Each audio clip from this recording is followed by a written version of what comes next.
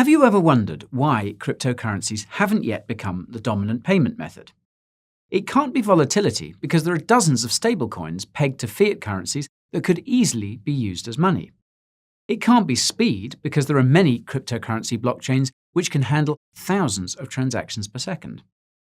It can't be a lack of crypto to fiat gateways because there are hundreds of those too. According to AMP, what's missing is security. Merchants want to know for sure that the crypto payment they've received is final, and the blockchain confirmations required for this can take hours or even days. If the crypto payment isn't confirmed for whatever reason, the merchant still needs to get paid. In other words, that crypto payment needs to have some sort of insurance. These are the pain points the AMP project seeks to address, and the price charts suggest it's been successful so far.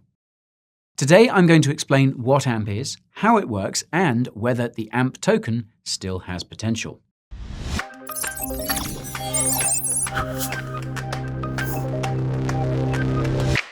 Now hold on just a minute.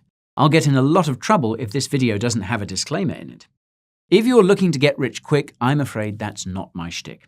Everything in this video is just for your entertainment and education. Consult a financial advisor if you're looking for that kind of information. If this is your first time visiting the Coin Bureau, my name is Guy, and this channel is where I share everything I know about crypto. Coins, tokens, news, reviews, exchanges, tutorials, regulations, and taxes as well. I'll keep cranking out quality crypto content until fiat currency is sent back to hell. If you're sick of modern monetary theory, subscribe to the channel and ping that notification bell to get the knowledge you need to be free. I've left a few timestamps in the video timeline to enhance your viewing experience. You can use them to skip around or watch the whole way through if you're serious. So now that we're in the same camp, let's take a closer look at AMP. AMP was created by Flexa, a crypto payments company based in New York City and founded in 2018 by Daniel McCabe, Trevor Filter, Tyler Spalding, and Zachary Kilgore. Tyler has been the face of Flexa since its inception. He's an MIT and Harvard graduate who has worked for some of the largest aerospace companies in the world, namely Lockheed Martin and NASA. Flexa was funded by 3 private sales of the Flexacoin or FXC token in early 2018, early 2019, and April 2019. The April sale raked in $14.1 million from big brand VCs like Pantera Capital and Access Ventures. Now, I couldn't seem to find any details about the first 2 token sales. I'll tackle the tokenomics in a bit. Now, less than a month later, Flexa revealed their SPEDN app, which lets users pay at over 30,000 merchants in the United States with Bitcoin, Ethereum, and Gemini's GUSD stablecoin.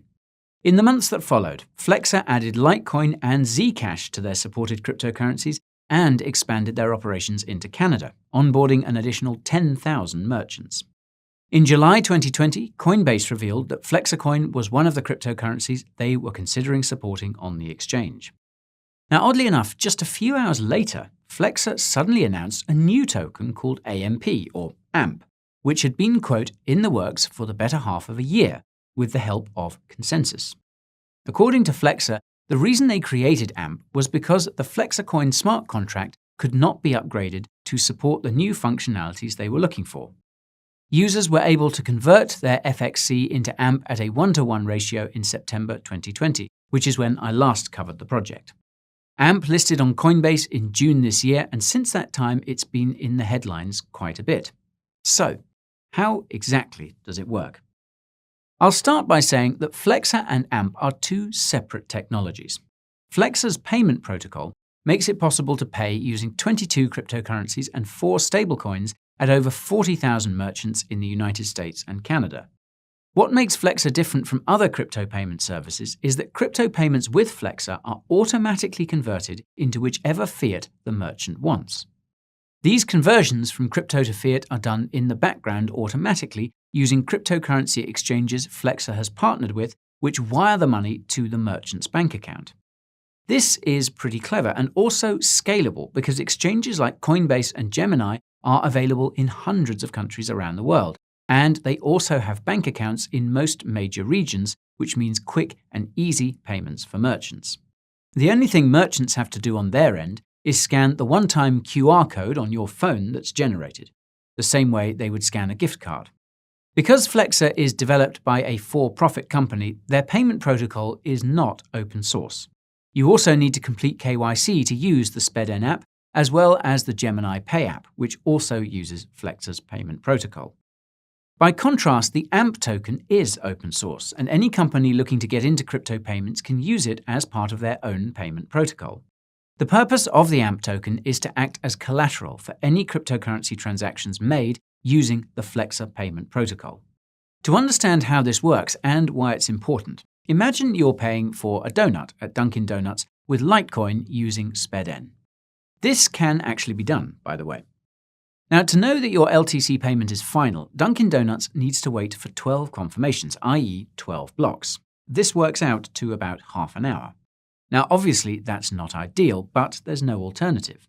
If the merchant assumed the LTC transaction to be good the moment it was made, there's a possibility, however small, that the transaction could fail for whatever reason, be it a chain halt or a hard fork. This possibility exists for every single cryptocurrency, even those like Algorand, which provide instant transaction finality the moment a block is made. Not only that, but this risk continues to exist until that crypto is converted to fiat behind the scenes and sent to their bank, which is something that also takes time. So to solve this issue, an amount of AMP tokens worth slightly more than your LTC transaction are temporarily locked into a special smart contract. Let's just say that this is $3 of AMP for your $2 donut.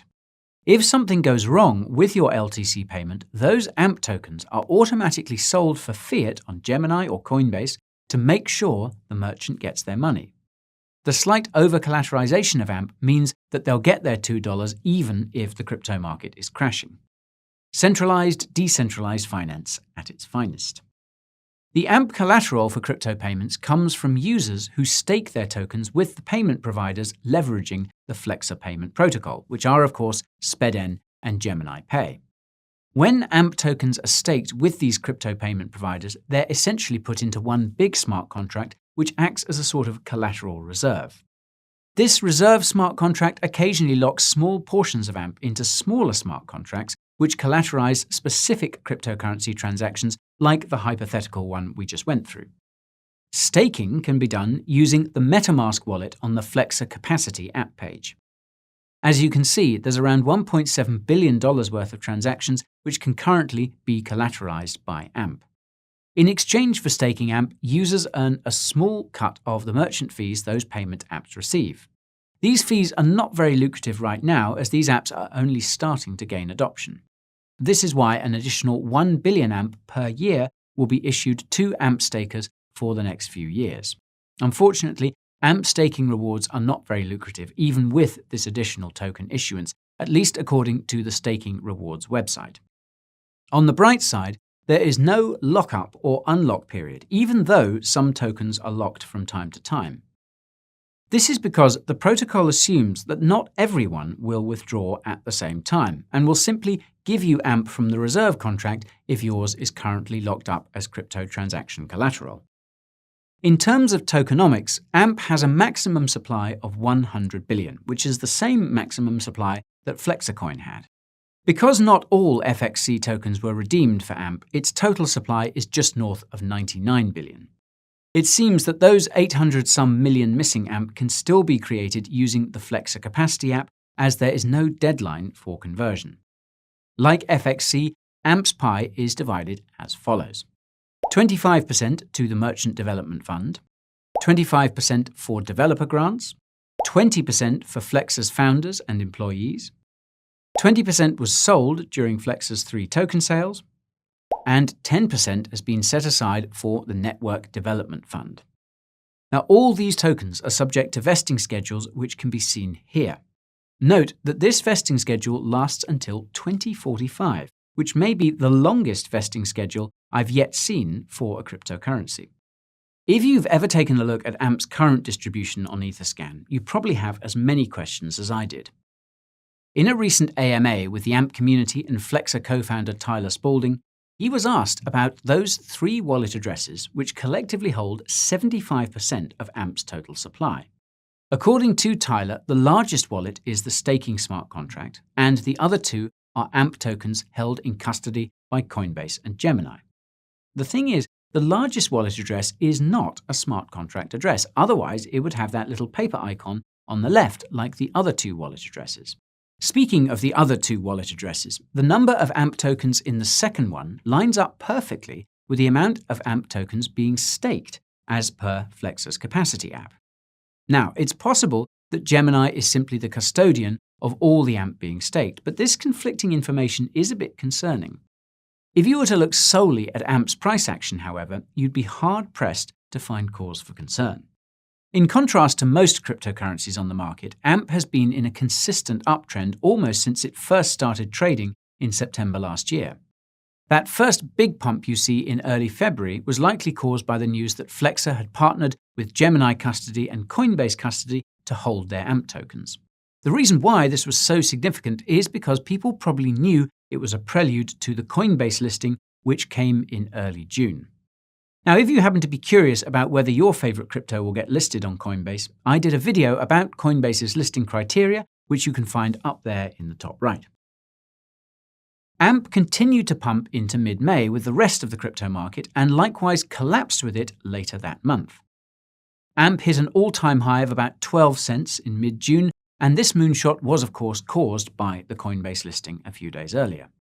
Those who bought AMP at the start of the year and sold at or near the top bagged a 20x return, which is not too shabby at all. AMP's most recent run-up comes on the heels of the news that the token will be listing on Bittrex and Binance US, but I believe that small price speculation might be playing a bigger role here. As you can see, AMP's stick price is the lowest on Coinbase, which is where most of its trading volume is taking place. If Dogecoin, Shiba Inu, and all those other cheap cryptos are anything to go by, I bet there are more than a few retail investors who think that buying AMP will make them rich if it becomes as big as Bitcoin. As I've mentioned many times before, how high a cryptocurrency could go is constrained by its market cap. AMP's market cap is already over $3 billion, and it's nearly $7 billion if you count fully diluted. What this means is that it's going to take a lot of money to pump up its price to even just $1, which is apparently the price point most AMP holders are hoping for. To put things into context, if AMP reached $1, it would have a larger market cap than Cardano. Now, I hate to burst anyone's bubble, but this isn't going to happen. Now that said, I do think that AMP still hasn't seen its all-time high for this crypto market cycle, nor have most other cryptocurrencies for that matter. In my opinion, a more realistic price target is somewhere between 20 and 30 cents, and that's assuming the rest of the market continues to rally. This is primarily because there are still millions of AMP tokens vesting every week, and those early investors will be sitting on something like a 1000x gain. That will add to the sell pressure as prices rise. Moreover, all those AMP tokens being staked could be unstaked at any time and sold on the market, and I reckon there's a high likelihood of that happening given the small staking rewards AMP yields. As always, what comes next for AMP depends on what it has hidden on the horizon. In contrast to most crypto projects, AMP does not have a roadmap. Flexa, on the other hand, does, but their roadmap is not clearly defined. Most of Flexa's upcoming milestones were unpacked by co-founder Tyler Spalding in that aforementioned AMA with the AMP community. For starters, Flexa should be completing its integration with Shopify by the end of the summer, which would add support for another 1.7 million merchants. Flexa is also working on making it possible to stake AMP tokens from directly within certain crypto wallets, presumably the Coinbase wallet and the Gemini wallet. This is because staking AMP using MetaMask on Flexa's capacity app can cost an arm and a leg in Ethereum gas fees. To further facilitate AMP token transfers and staking, Flexa is also looking into integrating with Layer 2 scaling solutions on Ethereum. Flexa is also working on making AMP a spendable token on the SPEDN app, along with a whole slew of other assets. Now, I couldn't help but notice that Flexa is even looking to add China's digital yuan to its payment app, something which is apparently only noted in a presentation by co-founder Trevor Filter made in June. This could be foreshadowing Flexa's foray into Chinese markets, but I don't imagine that will be happening anytime soon, given that China has been cracking down hard on crypto. I don't think US regulators would allow it either, which conveniently brings me to the other curious coincidences I came across while researching AMP. Now, I mentioned earlier that Flexa announced the AMP token just hours after Coinbase announced it was looking to list Flexacoin. Those of you who watched my first video about the SEC's lawsuit against Ripple will recall that most cryptocurrencies are securities according to the SEC. For the sake of simplicity, securities are basically stocks. Because Flexacoin was issued by Flexa, there's no way Coinbase could have listed FXC because it would almost certainly have been considered a security by the SEC. This was actually noted in one of the few in-depth reviews I found about Flexacoin. Shout out to whoever wrote it. Inviting the community to convert their FXC to AMP is a regulatory loophole I've seen before, notably with Secret Network. Even though AMP's price action is still very much dependent on what Flexa does or doesn't do, it's technically a new token that's different enough to not get destroyed by regulators. It's why AMP has its own website, its own social media, its own blog, and no roadmap. Nobody controls the token.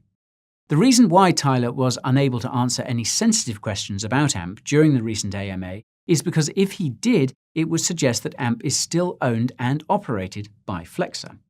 As a consequence of Flexa's clever conversion, AMP is apparently no longer a security, which means it can be listed on cryptocurrency exchanges within the United States without scrutiny. It just goes to show you how crazy cryptocurrency regulations are, and you can learn why regulators are currently targeting stablecoins by watching my video all about it. It's up there in the top right. To me, AMP is one of the most mysterious cryptocurrencies on the market. I could not, for the life of me, find any information about Flexa's early history. This is a bit strange because the caliber of partnerships Flexa has forged are not ones you simply secure by chance. I suspect that someone at Flexa has very close connections to key players in the crypto space, though I must admit I have no concrete evidence for this suspicion, which just adds to the mystery. What I do know for sure, though, is that Flexa's FXC to AMP conversion was a clever way for them to sidestep securities regulations. As I said, it's something that I've seen before, but I wonder if it could present a risk to the project further down the line, especially now as regulators are starting to hone in on the crypto market. If this risk does exist, it's probably negligible, given that both Coinbase and Gemini have had no scruples about listing AMP or partnering with Flexa, and these are some of the most compliant crypto companies in the space. As far as I can tell, the biggest risk to AMP is its own tokenomics. AMP's value fundamentally comes down to its use as collateral for crypto payments. The need for AMP collateral will probably continue to rise, and so too will the price. The problem there is that if AMP pumps too much, most of the AMP being staked would be sold. This, of course, assumes that Flexa, Gemini Pay, and the other crypto projects that use AMP as collateral for payments will reach the adoption necessary to drive demand for AMP and make staking AMP worthwhile. From watching interviews with the Flexa team, I got the impression that they're either not very transparent about their operations or not the ones really calling the shots. Case in point, on multiple occasions, Flexa co-founder Tyler Spalding said that Flexa has, and I quote, no business model. When you throw that digital yuan thing into the mix, things start to get real spooky. There's no denying that what Flexa has put together is arguably the most impressive cryptocurrency payment protocol we've ever seen. But man, some clarification would be much appreciated. If you enjoyed today's crypto review, click that like button to turn it blue. Subscribing to the channel and giving that notification bell a pound is a great idea if you plan on sticking around. Until the next video goes live, you can follow me on Twitter, TikTok, and Instagram and join me in my daily grind. Part of my day involves pushing out crypto updates on my Telegram. It's free and also free of spam. My weekly newsletter is the real deal, though. It's packed with everything you need to supercharge your crypto portfolio. If you make the most of those tools, you might put together enough money to get some merch from the Coin Bureau merch store to look cool. All these resources are waiting for you in the description below. That's all for today, folks. It's been a pleasure as always. Thank you for your time. Guy is out of rhymes, so it's time to say goodbye. Thanks.